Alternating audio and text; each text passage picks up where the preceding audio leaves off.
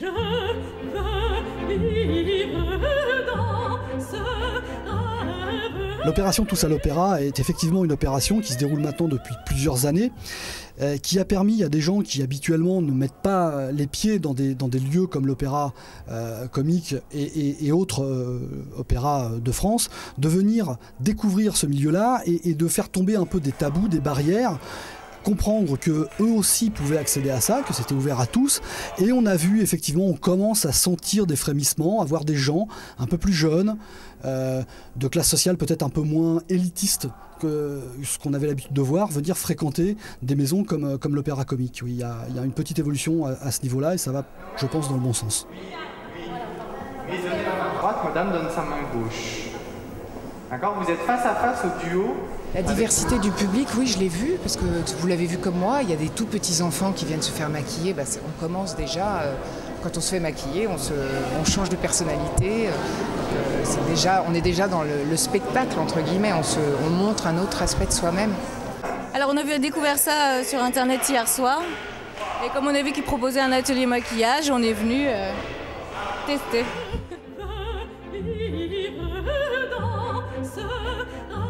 Alors c'est vrai que l'art lyrique est peut-être un art, en effet, on imagine réservé à une certaine en effet, catégorie de personnes. Faire un opéra ou un concert en banlieue, en effet, c'est assez rare. Moi, je trouve que c'est extrêmement important d'amener l'opéra partout. Enfin, je veux dire, pour moi, l'opéra est pour tous. Je crois qu'en effet, venir là, faire un concert gratuit, mettre les jolies robes, le maquillage, les fossiles, la totale, pour dire, eh ben, écoutez, nous, on vous fait comme d'habitude. Donc venez voir.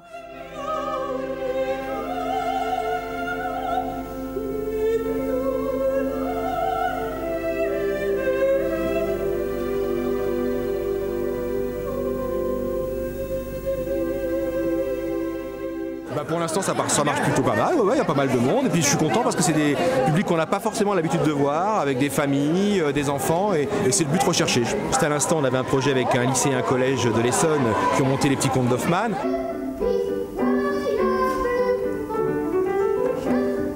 J'ai découvert peu à peu le monde musical.